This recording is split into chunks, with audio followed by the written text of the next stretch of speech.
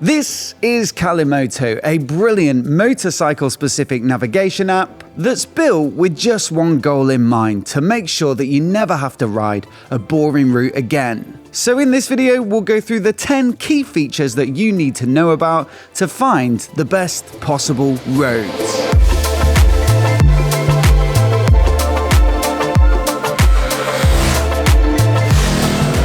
Before we get started, a massive thanks to CALIMOTO for supporting the channel and sponsoring this video. If you like what you see, there are 2 codes in the description, one for a free trial and one for a discount on their premium membership, with a massive 20% off for the first 14 days after this video has been published, and a still decent 10% off after that. To use them, simply head to their website instead of the app, sign in or create a new account, then select a membership and enter the code during the checkout process. So let's get stuck into how it works, and in essence, the key difference between using CALIMOTO and a regular navigation app like Google Maps or Apple Maps or Waze is that CALIMOTO uses its own algorithm, which they've built in-house, to identify the best roads and sequences of corners for motorcycle riding along a given route. The others, well, they're more so just built for getting from A to B as efficiently as possible without really caring, how engaging the roads are to ride. And while some of them do have 2-wheeler modes available in certain markets anyway, well, that's just for identifying shortcuts or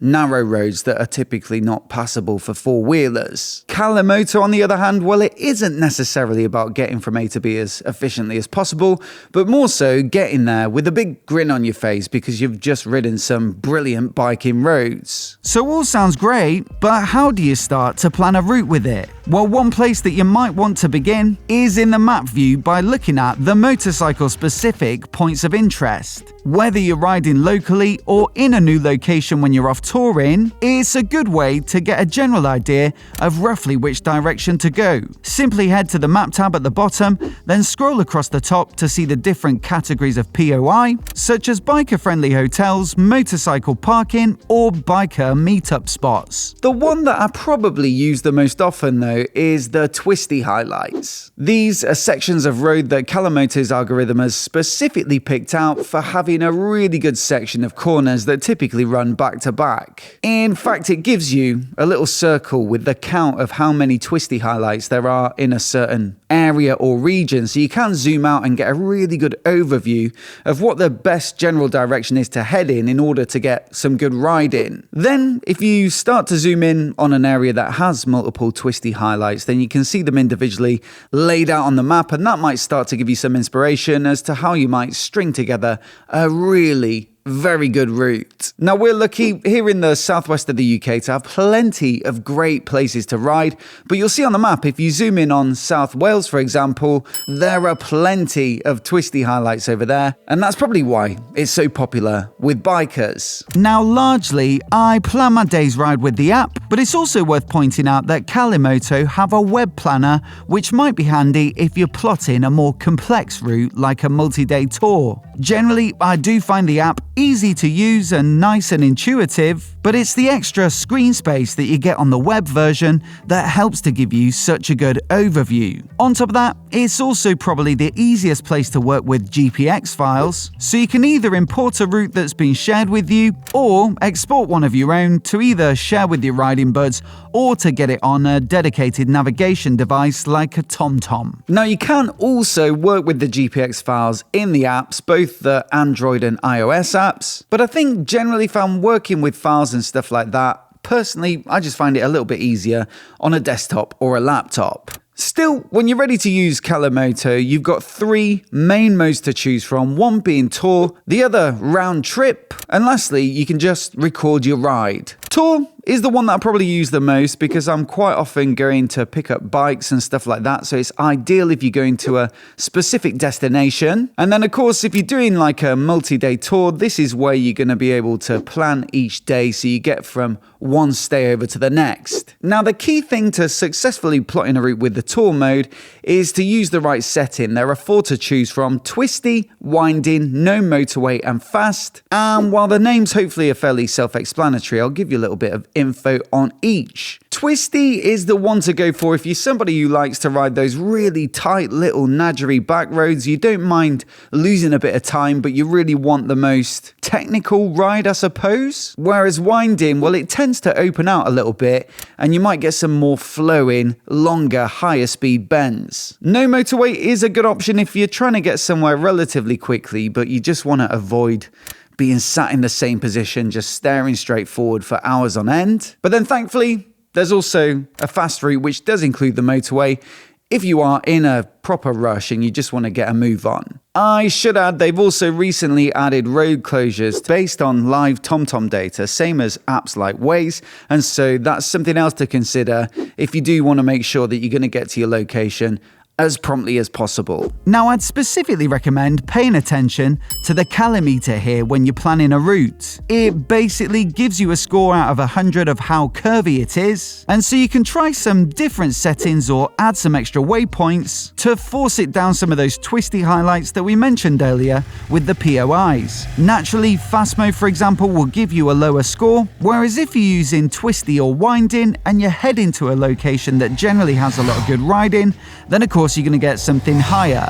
Now for me, the second mode, round trip, is a brilliant tool for just getting a quick loop on, like when I'm testing one of the bikes here from the studio and I know that I want to start and finish at the same point. The best thing about it for me is the fact that you can put in a couple of parameters. So there's ride length, which goes from 30 miles up to 300, so that'll give you a rough indication of how long the route's going to take. You can also choose a start from point, so typically that would be your current location, but you could also set it to another location if you wanted to plan a route, save it, and then start it when you got to the start of your ride. Then you've got head towards, which is a general compass heading, and with this you might want to keep in mind some of those POIs that we looked at earlier, like the twisty highlights. If you know that there are loads of twisty highlights to the east, but very few to the west. I think I just did those backwards, didn't I? If there are loads of twisties to the east, not that many to the west, then yeah, you're going to want to choose east in the settings here and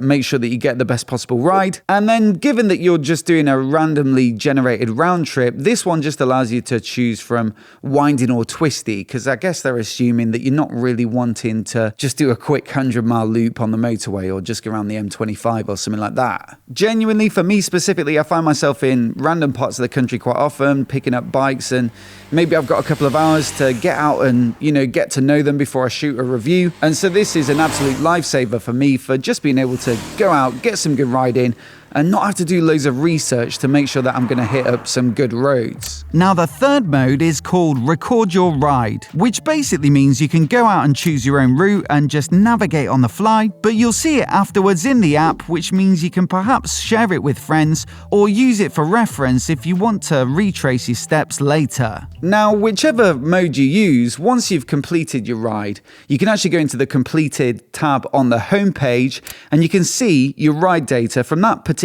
ride neatly laid out with a few graphs and maps. So there's elevation profile, there's lean angle as well, there's acceleration, there's speed, and you can also, if you click show on map, see where you hit your top speed, for example, or your greatest lean angle. Then you can also rate the ride in terms of stars for fun factor, scenery, and road condition, and also categorize it by the sort of type of riding you're doing. So there's forest, mountain, desert, coastal, rivers, winding, fast, and off-road. And so this gives you a handy library of routes that you've ridden in the past, so you can refer back to them at a later date, and it helps you to kind of filter through them and find the sort of riding you're looking for on that particular day. All of this data is shareable as well, I should say. If you hit the share button at the top right, you can send it to your mates or post it on social media. Or if you don't want to share that particular ride and you don't even want it visible on the CALIMOTO, app in the feed, then there is a publish ride setting which you can set to private,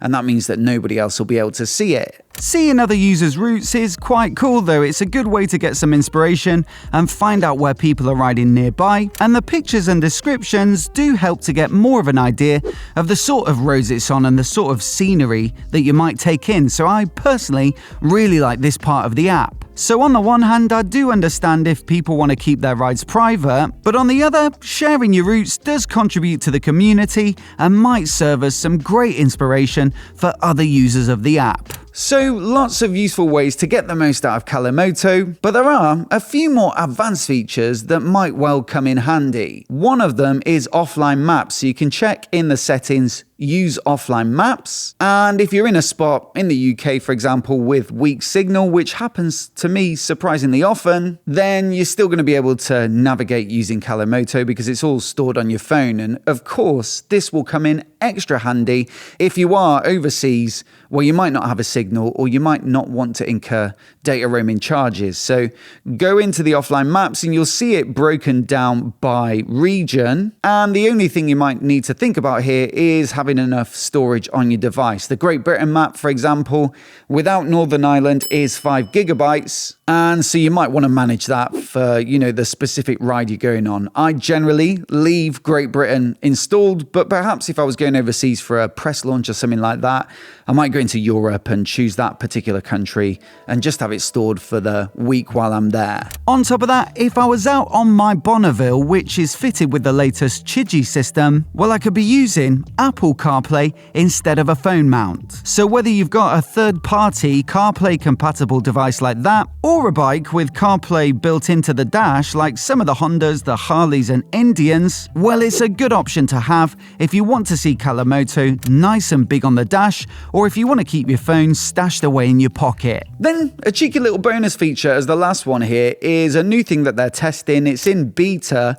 but it's called group rides. Basically what this means is that if you do share a ride with your friends, if they're also using CALIMOTO, then you'll see them on the map in real time while you're navigating, and of course that makes it much easier to organize the ride and keep the group together. And also you can make changes to the planned ride and it automatically syncs them with all the participants on that ride. So that makes it very easy to adapt the route on the fly and not everyone's having to individually update their route. So a very useful tool, but also sounds like it could make things more fun as well. And I'm looking forward to checking that one out next time I'm out with a group. So that, my friends, rounds off our overview of the CALIMOTO app and all of the best features that you need to know about. As I said at the top, we've got the codes down in the description, so do check those out. And a quick reminder that you'll need to go to the website, not the app, for those to work. Also, please do hit subscribe for more of the best motorcycle tech and accessories like this right here on MOTOBOB. And I'll round off by saying a massive thanks for watching today, and we'll see you in the next video.